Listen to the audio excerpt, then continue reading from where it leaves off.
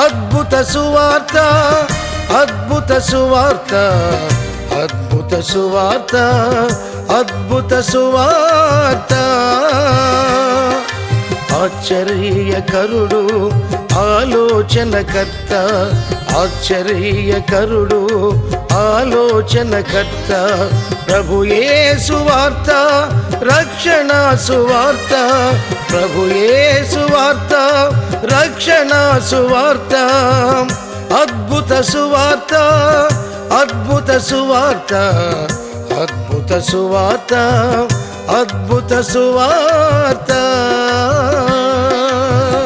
ప్రభునందు అత్యంత ప్రియమైన అద్భుత సువార్త టీవీ ప్రేక్షకులందరికీ మన రక్షకుడైన యేసుక్రీస్తు ప్రభువారి శుభఘనమైన నామములు మీకు అందరికీ శుభావందనాలు తెలియజేస్తున్నాను. ప్రియ స్నేహితులారా, దేవుని యొక్క కృప అది నిరంతరం ఉండేటువంటిది. ఆయన విడువని ఎడవాయిని దేవుడు. మరొక మాటలో చెప్పాలంటే సదాకాలం మనతో ఉండేటువంటి దేవుడు. పురాతన కాలం మొదలుకొని శాశ్వత కాలం వరకు కూడా ప్రత్యక్షమగుచుండు దేవుడై ఉన్నాడు. అయితే సంవత్సరాలు, నెలలు, వారాలు, రోజులు దొర్లిపోతున్న కొలది, జరిగిపోతున్న కొలది మనం ఇంతగా మనను కాచి కాపాడి సంరక్షిస్తున్న దేవుని విషయంలో ఎలా ఉన్నాము? ఎవరైనా మనకి ఏదైనా కొంచెం సహాయం చేశారనుకోండి, ఏదైనా ఇచ్చారనుకోండి, వెంటనే మినిమం కామన్ సెన్స్ ఏంటి? థ్యాంక్స్, కృతజ్ఞతలు, వందనములు అని చెప్తాం. అలా అనుకుంటే మనం దేవునికి ఎన్నిసార్లు వందనాలు చెబుతూ ఉండాలి? కొంతమందికి థ్యాంక్స్ థ్యాంక్స్ థ్యాంక్స్ అని చెప్పటం అది సర్వసాధారణమైపోతూ ఉంటుంది. అయితే దేవుడు మన నుండి కోరుకునేది ఏంటి? వాక్యం సెలవిస్తుంది. అపొస్తలుడైనటువంటి పౌలు కొలస్సీలకు రాసినటువంటి పత్రిక 3వ అధ్యాయము 15వ వచనంలో ఈ విధంగా తెలియజేస్తూ ఉన్నాడు. క్రీస్తు అనుగ్రహించు సమాధానం మీ హృదయములో ఏలుచుండనియుడి, ఇందుకొరకే మీరొక్క శరీరముగా పిలువబడితిరి, మరియు కృతజ్ఞులైయుండుడి, కృతజ్ఞులైయుండుడి, కృతజ్ఞులైయుండుడి. ఈనాడు అనేక మంది కృతజ్ఞత చెల్లించి వెళ్ళిపోతున్నారు. దేవుని యొక్క వాక్య భాగంలో అనేక విషయాలు మనం చూడగలుగుతాం.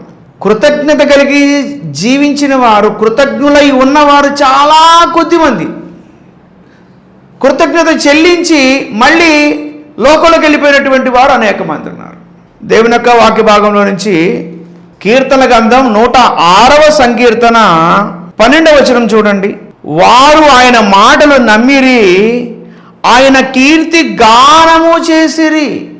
ఐగుప్తు చెర నుండి 430 సంవత్సరాల బానిసత్వ బ్రతుకు నుంచి విడుదల పొందినటువంటి ఇజ్రాయేలు ప్రజలు దేవాది దేవుడు మోషే ద్వారా జరిగించినటువంటి అద్భుత కార్యములకు అచ్చరు పొందినటువంటి ఫరో రాజు వారందరిని విడుదల చేసిన తర్వాత వారందరూ సంతోష ఆనందములతో ఆ ఎర్ర సముద్రాన్ని దాటుకొని ముందుకు వస్తూ ఉన్నారు.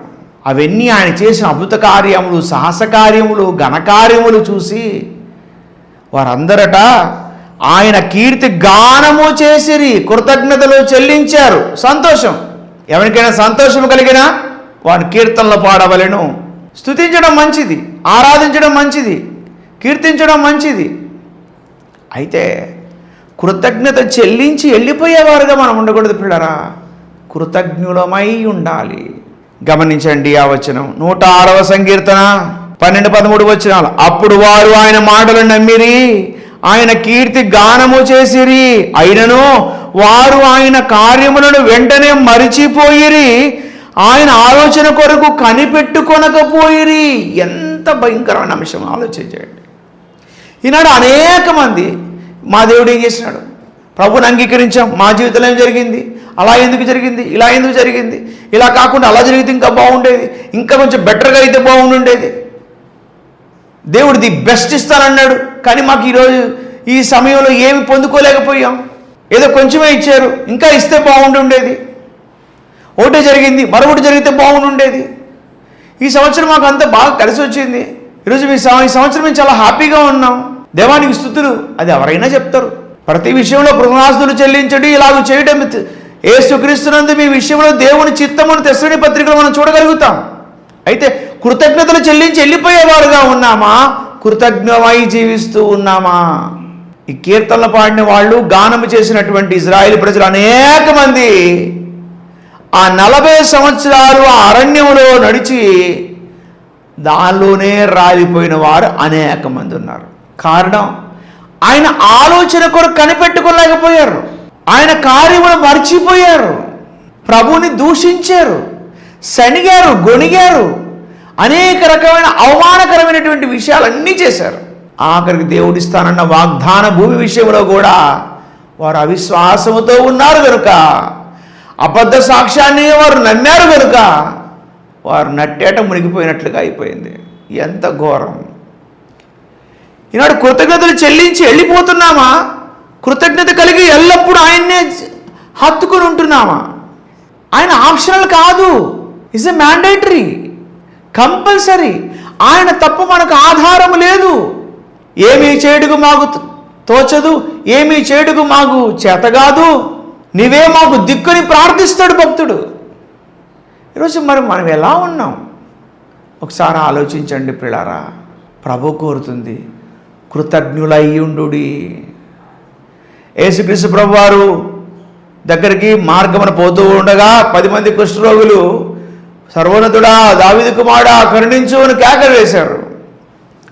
ప్రభు అన్నారు, మీ దేహములు యాజకుని కనపరుచుకోండి అని చెప్పారు.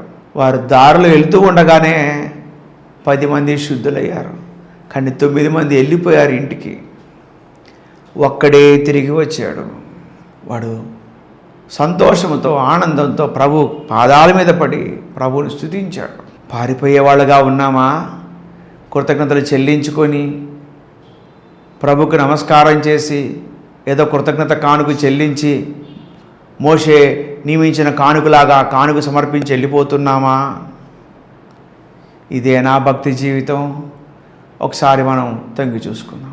ఈ సంవత్సర కాలంలో మన జీవితంలో దేవుడు ఎన్ని ఘన కార్యాలు చేశాడు, ఎన్ని అద్భుత కార్యాలు జరిగించాడు, ఎన్ని సాహస కార్యాలు జరిగించాడు, ఎన్ని రకమైనటువంటి మనకి ఆశ్చర్య కార్యములు జరిగించాడు. ఒక్కసారి తలపోసుకుంటూ ఉంటే నిద్ర పట్టదు, ఆనంద బాష్పాలు రాలుతూ ఉంటాయి. ఏమి కృప ప్రభా, ఎంత దయ అయ్యా నా పైన, ఎంత ప్రేమ వాత్సల్యం నా పట్ల కలిగి ఉన్నావయ్యా. ఎందుకయ్యా ఈ దీనుడంటే నీకు ఇంత ప్రేమ? ఏముంది నాయన నాలో? ఏమివ్వగలను ప్రభా నీ ప్రేమకు ప్రతిగా? శరణు యేసు శరణు అంటూ ఆయన దగ్గర సాగిలపడి ఆ కృతజ్ఞతతో అడుగులు ముందుకు వేయాలని దేవుడు కోరుతూ ఉన్నాడు. మొదటి సమూయేలు గ్రంథం అంతా సౌలు యొక్క 1-15 అధ్యాయాలలో సౌలు యొక్క వృత్తాంతం మనం చూడగలుగుతాం. 16 నుంచి చివరి అధ్యాయం వరకు సౌలు యొక్క పతనాన్ని మనం చూస్తాం. 2వ సమూయేలు గ్రంథంలో దావీదు యొక్క అభివృద్ధిని, అతని ఎదుగుదలని మనం చూడగలుగుతాం. మొదటి రాజుల గ్రంథంలో సొలొమోను పరిపాలన, 11వ అధ్యాయంలో సొలొమోను యొక్క పతనం మనం చూడగలుగుతాం. తర్వాత రాజ్యం 2 ముక్కలైపోతుంది. ఎందుకు ఈ సమయంలో ఈ మాటలు మీకు గుర్తు చేస్తున్నానంటే, దావీదుకు తెలుసు తన స్థితి ఏంటో. యెరూషలేముకి వెళ్ళాలి, యెరూషలేము మందిరంలో ఆరాధించాలి, యెరూషలేములో దేవుణ్ణి కలుసుకోవాలి అనేటువంటి తృష్ణ ఆ మనస్వాతంలో ఎంతగానో ఉండేది. కానీ పోవటానికి అవకాశం లేదు. చేతులు కాళ్ళు కట్టేసినట్టుగా ఆ గొర్రెలను అప్పగించేసాడు వాళ్ళ ఆయన. అనలేమో సైన్యంలో ఉన్నారు, ఇతన్ని చూస్తేనేమో గొర్రెలు కాసుకుంటా ఉన్నాడు. యెరూషలేము ఎప్పుడు వెళ్ళాలి, దేవుని మందిరంకి ఎప్పుడు వెళ్ళాలి, ఆయన ఎప్పుడు ఆరాధించుకోవాలి, ఆ యెరూషలేములో దేవుని యొక్క సన్నిధానాన్ని ఎప్పుడు జ్ఞాపకం చేసుకోవాలి, ఆ గుడారాలు ఎప్పుడు చూడాలి, ఎంతో ఆశ, ఆర్ద్రత. ఆయన నా కాపరి, యెహోవా నా కాపరి, నాకు లేమి కలగదు. సౌలుతో అంటాడు, అయ్యా నీ దాసుడైన నేను గొర్రెల్ని చంపడానికి వచ్చినటువంటి ఎలుగుబంటిని, సింహాన్ని ఒక్క ఉదుగుడునే మీదకెళ్ళిపోయి చంపేశానయ్యా, ఈ గొల్లియాతులాగే చంపేస్తానయ్యా. ఎంత భక్తి జీవితం మనకు తెలుసు. గొల్లియాతు చంపిన నాట నుండి దావీదుకి కష్టాలు ఎక్కువైనాయి. సౌలు అతని పైన విషపు చూపు నిలిపాడు, అసూయపడుతున్నాడు. అయితే దేవాది దేవుడు తన్ని దర్శించాడు. హింసిస్తున్నా, శోధిస్తున్నా, వేదనకు గురి చేస్తున్నా వారందరి ఎదుట దావీదు కొమ్మును హెచ్చించాడు దేవుడు. 2వ సమూయేలు గ్రంథం 3వ అధ్యాయం 2వ వచనంలో చూసినట్లయితే, సౌలు కుటుంబం అంతకంతకు నీరసిల్లెను, దావీదు కుటుంబం అంతకంతకు ప్రబలెను. దావీదు కుటుంబం ప్రబలటానికి కారణం ఏంటి? కృతజ్ఞత కలిగిన వాడుగా ఉన్నాడు. ఈనాడు చాలామంది కృతజ్ఞత లేకుండా ఉన్నారు. ఏం చేశాడు మాకు దేవుడు? ఏం చేశాడు? ఏం చేశాడు? ఏం చేశాడు? ఏం చేయాలి? ఆయన హత్తుకుని ఉన్నామా? ఆయన్ని ఆరాధిస్తున్నామా? ఆయనపై ఆనుకున్నామా? ఆయన మీద విశ్వాసం ఉంచామా? ఆయన పరిచర్యలో నడుస్తున్నామా? ఆయన కొరకు ఏం త్యాగం చేశాం? ఎంతవరకు ఆయనతో గడిపాం? ఎంత సమయం ఆయనతో మనం స్పెండ్ చేశాం? ఇవన్నీ ఆలోచిస్తే మన మీద మనకి చాలా బాధ కలుగుతుంది, అసహ్యం అనిపిస్తుంది. ప్రియ స్నేహితులారా, కృతజ్ఞులమై ఉండాలి మనం. ఈనాడు ఏదో అప్పగింతలాగా ఏదో వచ్చి అప్పగించేసినట్టుగా ఏదో ఇచ్చేసి, ఏదో 2 మాటలు మాట్లాడేసి, ఏదో 2 మాటలు సాక్ష్యం చెప్పుకొని, ఏదో కృతజ్ఞత కానుక చెల్లించుకొని, ప్రభుకు నమస్కారం చేసుకొని వెళ్ళిపోవటం కాదు క్రైస్తవ జీవితం. కడ వరకు నీవు ఆయన సాక్షిగా కొనసాగాలి. ఆయన్ని జీవితంలో చేసిన మేళ్లను, ఉపకారాలను, ఆయన్ని పట్ల చూపిన ప్రేమను, ఆయన్ని ఏ విధంగా రక్షించాడో దాన్ని నువ్వు సాక్ష్య రూపకంగా నువ్వు తెలియచేయాలి. నువ్వు ఆయన క్రీస్తు సాక్షిగానే ఉండాలి. పునరుద్ధాన సాక్షిగా నిలబడిపోయింది మగ్దలేనే మరియా. అనేక మంది భక్తులు ప్రభు కొరకు హతసాక్షులైనారు. శిష్యులు అనేక హింసలు పొందారు. అపొస్తలుడైన పౌలు అనేక రకాలుగా నిందలో అవమానాలు పొంది మంచి పోరాటం పోరాడాను అంటాడు. ఈరోజు మనం కృతజ్ఞత కలిగి ఉన్నామా? ఏంటి కృతజ్ఞత కలిగి ఉండడం? కృతజ్ఞమై ఉండడం అనంటే ఆయన కొరకు అన్నీ అప్పగించుకోవటం, మన హృదయం సమర్పించుకోవటం, మన శరీరం సమర్పించుకోవటం, మనస వాచ కర్ణ అతికను చూసి ఆయన ఆరాధించటం, ఆయనపై ఆనుకొని జీవించటం, విశ్వాసమును కర్త కొనసాగించి యేసు వైపు చూస్తూ మొన్న ముందు ఉంచబడిన పరుగు పందెములో ఓపికతో పరిగెత్తటం, స్తుతించటం, ఆరాధించటం, గణపరచటం, పూజించటం, కొనియాడటం, ఆయన దగ్గర సాగిలపడటం, ఇవర్రా దేవుడు మన నుండి కోరుకునేది. కృతజ్ఞులై ఉండండి. దావీదు కృతజ్ఞత కలిగిన వాడుగా ఉన్నాడు. దేవుని మందస ముందు ఏఫోదు ధరించి నాట్యమాడాడు. నేనేమో సరంబి గృహాల్లో ఉంటున్నాను, కానీ దేవుని యొక్క గుడారము అదిగో ఆ యొక్క ప్రత్యక్ష గుడారము డేరాలో ఉంటానండి. ఆయనకు మందిరం కట్టబడాలి, ఆయన నామం కీర్తించబడాలి. ఈరోజు ఆ తపన మనలో ఉందా? ఆయన సేవ చేసుకోవాలి, ఆయనతో గడపాలి, సేవకులు చెప్పేటువంటి ఉపదేశాన్ని అంగీకరించాలి, ఆ సుబోధన నేర్చుకోవాలి, ఆ నిర్మలమైన వాక్యం అనే పాలను అపేక్షించాలి. ఆయనలో ఆనందం, ఆయనలో సంతోషం, ఆయనలో సమస్తము దాగి ఉన్నాయి. అది మనం డే బై డే దాన్ని అనుభవించాలి. ఆయనకి దగ్గరగా ఉండాలి, ఆయన్ని హత్తుకొని ఉండాలి, ఆయనపై ఆనుకోవాలి. అది ఆయన కోరుకునేది. ఈ సంవత్సరం అటువంటి కృతజ్ఞత కలిగి ఉన్నామా? అసలు ఈ సంవత్సరం కృతజ్ఞత కూడిక మన గృహంలో జరిగిందా? పరిశుద్ధులు మన గృహంలో అడుగుపెట్టారా? సేవకులు మన కొరకు వచ్చి ప్రార్థించారా?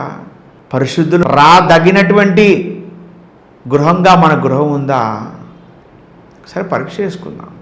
దావీదుకి అవకాశం లేదు మందిరం కట్టబడటానికి, దేవుడు అనుమతి లేదు, కానీ అనేకమైన వస్తు సామాగ్రి సిద్ధపరిచాడు. తన కుమారుడైనటువంటి సొలొమోను రాజుకు అవకాశం దేవుడిచ్చాడు. గిబియోన్లో ప్రత్యక్షమయ్యాడు, 1000 బలులు అర్పించాడు.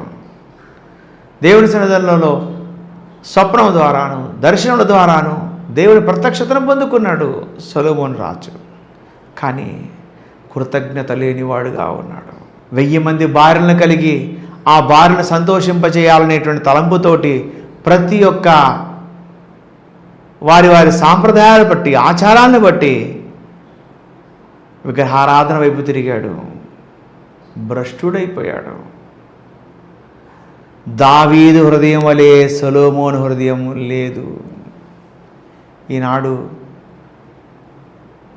ఎఫెసు సంఘంతో చెప్పిన రీతిగా మొదటి ప్రేమ లేదు, ఆ యొక్క మొదటి మూల అనుభవాలు లేవు, మూలోపదేశాన్ని మానేశాము, శుద్ధీకరణ మర్చిపోయాము, ఉపదేశాన్ని పెడచెవిన పెట్టాము, దోత చెవులు కలిగినటువంటి వారమే కల్పనా కథల వైపు తిరుగుతూ ఉన్న కాలంలో మనం ఉన్నాం. ఎంత విచారకరం. మీరు కృతజ్ఞులై ఉండండి.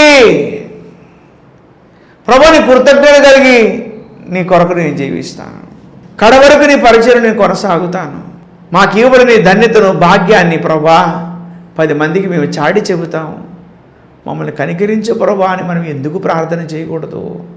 7 దయ్యాలు పట్టి బాగుపడిన మగ్దలేని మరియా కడవరకు ప్రభు సాక్షిగా జీవించింది. దేమ ఇహలోక స్నేహాన్ని ఆశించి పరిశుద్ధుల సహవాసాన్ని విడిచి లోకంలోకి వెళ్ళిపోయినాడు. ఎఫ్రా ప్రార్థనలో పోరాడుతున్నాడు. ఎఫ్రోదీతు సహకారిగా ఉన్నాడు, నీతో ఆదరిస్తున్నాడు. తిమోతి చేయూతకు సహకారిగా ఉన్నాడు, చేయూతనిచ్చేవాడుగా ఉన్నాడు. ఈరోజు మరి మన ఆత్మీయ జీవితం ఎలా ఉంది? దేవుడు చూపిన కృపను బట్టి, కనికరమను బట్టి కృతజ్ఞమై ఆయన కృపలో కొనసాగుతున్నామా? లేనిపోయిన ఆడంబరాల వైపు చూస్తున్నామా? వెర్రి తలల వేస్తున్న విజ్ఞానం వైపు పరిగెత్తుతున్నామా? నైతిక విలువలు మానవీయ కోణాన్ని విడిచిపెట్టినటువంటి మృగాల వెంట పరిగెత్తుతున్నామా? ప్రియ సహోదరుడా, సహోదరి, నువ్వు ఎంతకాలమైంది ప్రార్థించి, ఎంతకాలమైంది మొర్రపెట్టి, ఎంతకాలమైంది ఆయన సన్నిధికి వచ్చి ఆయనతో ముచ్చటించి ఆయనతో మాట్లాడి? అయ్యో, ఎంతో సమయం వృధా అయిపోయింది కదా, ఎంతో అజ్ఞానంగా జీవించాం కదా. ప్రభు సహాయాన్ని కోరుకొని, దేవ మమ్మల్ని క్షమించు, ఒక అవకాశం కల్పించండి. ఏదో కృతజ్ఞతలు చెల్లించుకొని వెళ్ళిపోయేవారుగా మేము ఉండకుండా కృతజ్ఞత కలిగిన జీవితంతో మనస వాస కర్మ తికణ శుద్ధితో నిన్నే ఆరాధిస్తూ నిన్ను కలిగి నీ కొరకు జీవించు భాగ్యము దయచేయండి. దావీదు కృతజ్ఞత కలిగిన వాడు, కానీ సొలొమోను కృతజ్ఞత లేనివాడుగా ఉన్నాడు. ప్రతి చెట్టు కిందకి వెళ్ళి బలులు అర్పించాడు, హేయమైన దేవతల తట్టు తిరిగాడు అని వాక్యమే తెలియజేస్తుంది. హేయుడుగా తయారయ్యాడు. దేవుడు ఒక చిత్తానికి వ్యతిరేకంగా నడిచాడు. రాజ్యం 2 బొక్కలైపోయింది. యూదా రాజులు ఇజ్రాయెల్ రాజులని చీలిపోయారు. కారణం కృతజ్ఞత లేకపోవడమే. ఈనాడు దేవుని సన్నిధానంలో ఒక తీర్మానం చేద్దాం. ప్రభా, యెహోవా కనులు సంవత్సరాది మొదలుకొని సంవత్సరాంతం వరకు ఉంటాయి అన్నావు కదా. నీ కనులు నాపై ఉంచావు, నన్ను బలపరచు, నాకు ఒక అవకాశం కల్పించండి. కృతజ్ఞత కలిగి నేను జీవిస్తాను. నన్ను దయచేసి కనుమరుగైపోయే పరిస్థితిలో కాకుండా కనువిప్పు కలిగిన వాడనై దాననై నీ కృపలో దయలో ముందు కొనసాగు భాగ్యం దయచేయి ప్రభా అని ప్రార్థన చేసుకుందామా? ప్రభు మన వెనుకెళ్ళి మాటలు దీవించి ఆశీర్వదించును గాక. ఆమేన్. ప్రార్థన. మహాపరిశుద్ధుడా, ప్రేమ కలిగిన తండ్రి, నీ పరిశుద్ధ ఘనమైన నామాన్ని బట్టి వందనాలు. ఈ సమయంలో కార్యక్రమాన్ని వీక్షిస్తున్న ಎಲ್ಲరిని మీరు దీవించి ఆశీర్వదించి కృతజ్ఞతలు చెల్లించుకుని వెళ్ళిపోయేవారుగా కాకుండా కృతజ్ఞత కలిగిన జీవితంతో మా ప్రభా మా తండ్రి నిన్ను హత్తుకొని నీ మందిరాన్ని గౌరవిస్తూ నీ సేవకుల యొక్క మా ప్రభా మా తండ్రి పరిశుద్ధుల యొక్క సహవాసంలో బిడ్డలందరూ కొనసాగుటకు సహాయం చేయండి. ఈ కార్యక్రమాన్ని వీక్షిస్తున్న ಎಲ್ಲరిని మీరు దీవించి ఆశీర్వదించి ప్రతి కుటుంబాన్ని ప్రతి బిడ్డను మీరు దీవించి ఆశీర్వదించి మరి వేడుతూ ప్రార్థిస్తున్నాం. శాంతి, సంతోష, సమాధానంతో పాటు ప్రభా రానూతన వచ్చిన ఆశీర్వాదాలతో నీ బిడ్డల్ని మీరు నడిపించి జయము దయచేయండి. సమస్త మీరు సమకూడి జరిగించండి. ఖ్యాతిని మంచి పేరు తెప్పించండి. బలపరచమని కోరుతూ ప్రార్థిస్తుంటున్నాం. మీకే మహిమ ఘనత ప్రభావాలు ఆరోపిస్తామని మీ కృపాసనగా అప్పగిస్తుండగా స్థిరపరిచి, దీవించి, ఆశీర్వదించి, బలపరచమని వేడుకుంటూ యేసు పరిశుద్ధమైన నామములో విశ్వాసంతో స్తుతించి ప్రార్థించి అడిగి వేడుకుంటున్నాము తండ్రి. ఆమేన్. తండ్రి, కుమార శుద్ధాత్మ త్రియేక దేవుని జీవితం సదా తోడై సమస్త విషయంలో జయమిచ్చి ముందుకు నడిపించును గాక. Amen. Amen. Praise the lord.